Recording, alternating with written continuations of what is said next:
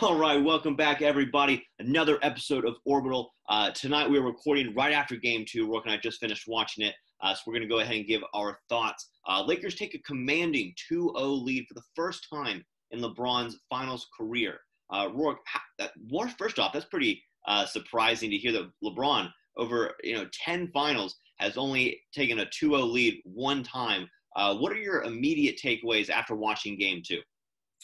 Well, after watching game two, it's pretty clear that the Lakers are in strong control of the series.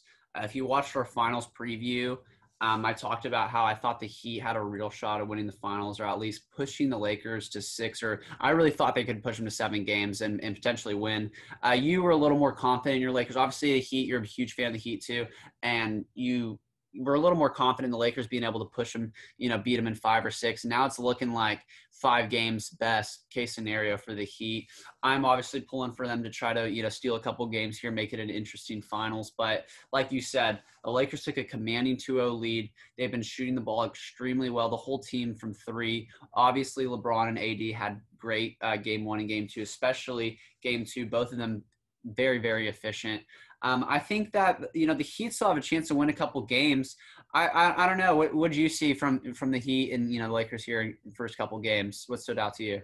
I would love to say that, oh man, here's where the Heat, here's where they're messing up. They can really just switch it with this. But the Lakers are kind of just dominating them on every front, right? 3-point shooting, there's not a drastic difference between the two teams. Rebounding, the Lakers are demolishing the Heat, taking I think a 12 rebound lead in game one, and then tonight a 7 rebound lead, which in our finals prediction, which everyone can go back and watch, that's the thing that we said was going to happen, right? If the Heat can't make shots, the Lakers are going to out rebound them and get out and score easy buckets, whether it's in like real transition and fast break points, or it's just not letting their defense get set up properly.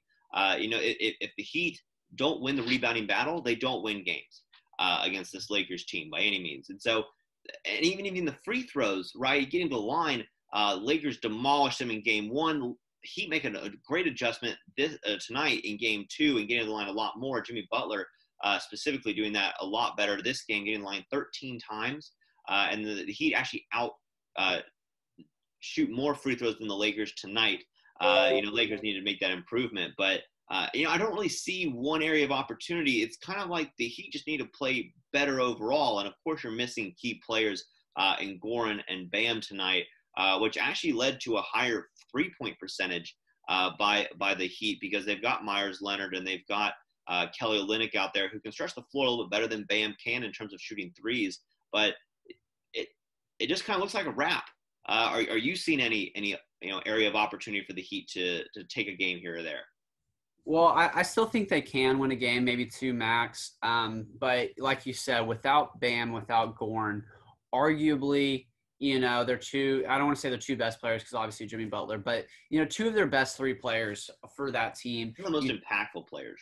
Yeah, exactly. And Goran Dragic, I think, what he does for the Heat is really, really slept on in terms of being able to get them clutch buckets and having this veteran presence on the court. He backed up Kendrick Nunn for most of the regular season, and Kendrick Nunn, first team all rookie, played really well throughout the regular season, fell out of the lineup in the playoffs because Gordon was his veteran presence. That he led the Heat in scoring in the first round of the playoffs. So he's been really, really good for him, and really giving them momentum swings at clutch times against the Celtics. And in this series, unfortunately, got injured in game one. We don't know if he's going to return. He's trying to return later in this series, but tearing that plantar fascia, it's a tough injury, especially to come back from. But obviously, you want to give everything you got in the finals. But without him and Bam, who really, they run their offense through Bam. He was leading the team in assists. I think Jimmy Butler might have passed him up here in the playoffs for him being able to distribute, but the whole Heat offense is run through Bam Adebayo in terms of him coming to the high post and either running pick and rolls or them just dishing it in the high post, and then he creating offense for other people, whether it's on the other side of the court or, et cetera. They have a lot of different packages. They all run through Bam. And so without him, it kind of changes the whole offensive scheme and game plan going forward. So I think the Heat still have a chance, but it's really, really going to come down to their role players stepping up. I alluded to Kendrick Nunn now playing since Goran's hurt, and he had a really good game one, going 8 for 11, scoring 18 points coming off the bench there, and now got some good minutes in game two, played well. But you see Duncan Robinson hasn't really been able to get going for the Heat in shooting the ball. He did not have a particularly good plus minus in game two, but he still – is a guy that can be a game changer for you if he gets going, especially early on, giving the rest of his team confidence. If you can find him get going, that'll open up the floor because, the defense will have to collapse on him. They start doubling him as he starts to come off screens, and that just opens up the floor for everyone else, especially if he can start to get going. So, we really need to see the role players step up for the Heat here if they want to steal a game or two. Tyler Herro, obviously my boy, alluded to him and talked about him in the finals preview, and then, pops off for 37 points against the Celtics, made a name for himself. I think kind of put a little bit of pressure on him going into the finals and didn't shoot the ball particularly well. I'm going to give you a chance to highlight, him so far in these first two games. Did kind of bounce back here in game two. Obviously, he's very poised and confident. Maybe just has a little bit of nerves in game one, but overall, the role players are just going to have to step up. What do you think from the Heat here going forward? Yeah, and Heat are one of my favorite teams, but they're kind of playing horrible right now. Tyler Herro, yes, having a struggling game one, going 6 for 18 and a negative 35 plus minus. That's where it really kills me because that just means that there's inefficient shooting. And then not a great defensive impact as well. And not like he's going to make any first team or second team all defense by any means. But there's, negative 35 is atrocious. And then even a guy who's shooting well in Jay Crowder, which you brought up before, is just he's a guy that is shooting well in the finals, but having a negative plus minus of minus 21 in game one. And then tonight in game two, a little bit better with minus 14, right? So he's not, he's someone who's hitting shots, but his overall, the impact that you pay him for isn't necessarily translating right now, right? The defense isn't really quite there. I mean, he is having to guard Anthony Davis on majority of the possessions, so there's only so much you can ask him to do. But that's one of their key role players is Jay Crowder and Andre Iguodala, who bounced back. Again, him and Tyler Herro bouncing back from horrible, in terms of overall efficiency, horrible game ones in terms of a plus-minus standpoint, and then having decent game twos. But Jay Crowder is obviously someone who needs to, figure out how to be the most impactful. But again, it doesn't look like there's, one particular area where the Heat are going to say, okay, in game three, we're just going to fix this and we're going to get it.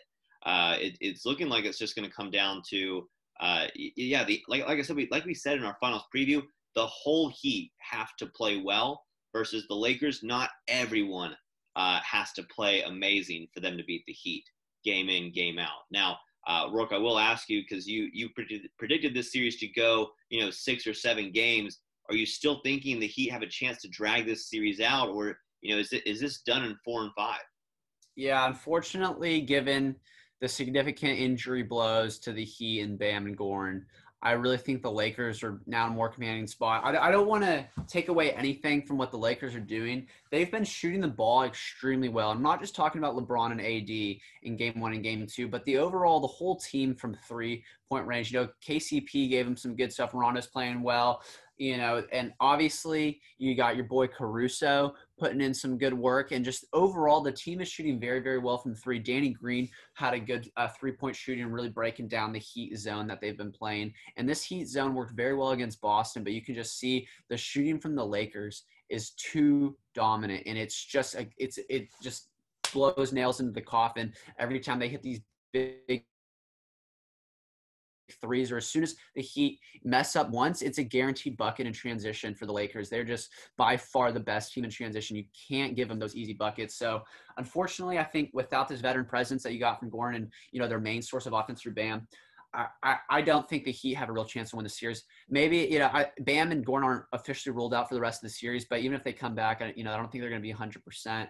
And I think that, Jimmy Butler is doing his best to really get everyone involved. He's playing very well. I believe he had 7 or 8 assists here in by the first half in game 2, really trying to get people going on the rest of the team because he knows he's not going to be able to just single-handedly go out there and drop 40 and they're going to win. You know, he's going to have to get these other guys that we've already talked about rolling in game 3 for them to have a chance. Now, I'm hoping the Heat come out firing here in game 3 and they can win it. You know, if the Lakers don't shoot particularly well, I think the Heat have a really good chance to beat, you know, and steal a game from the Lakers. We'll have to see how these injuries play out between Bam and Goran, but I think the Lakers are probably going to win this in 5 now. Obviously, I want to see a very competitive, engaging, entertaining series. I'm hoping, you know, I just want to see good basketball in general, but I don't want to take anything away from how well the Lakers have been playing. And you know, LeBron really deserves, you said first time he's 2-0 in 10 finals. It's kind of ridiculous. You think, you know, got a player like that kind of caliber, you know, you think it happens at least once. Right?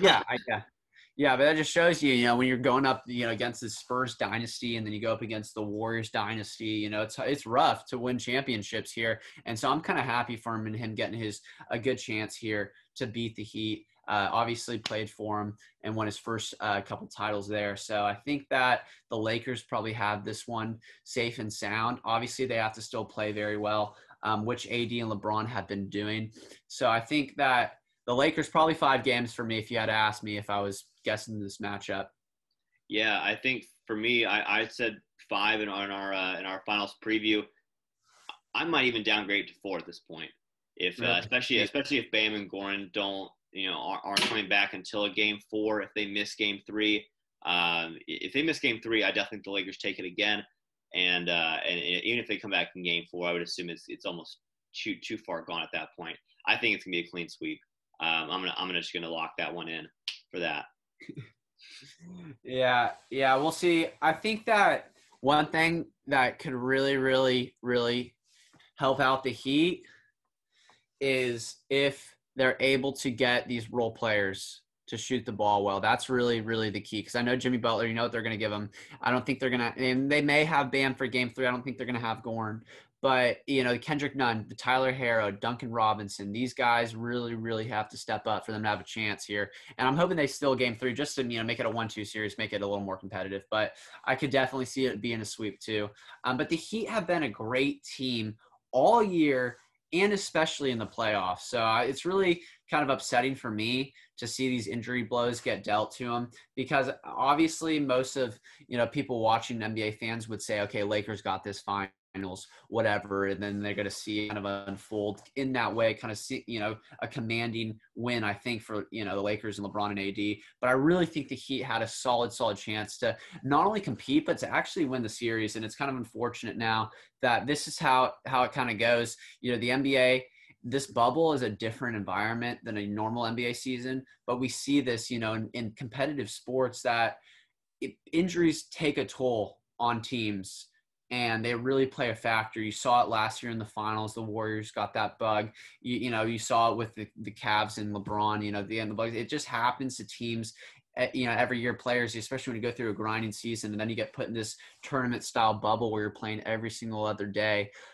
It's hard. It's taxing on your body. And so I think that, you know, I'm want to watch entertaining basketball, but it's just unfortunate for the Heat. And I'm still hoping that they can, you know, at least steal a game here. But, you know, I could definitely see it being a sweep here too, John.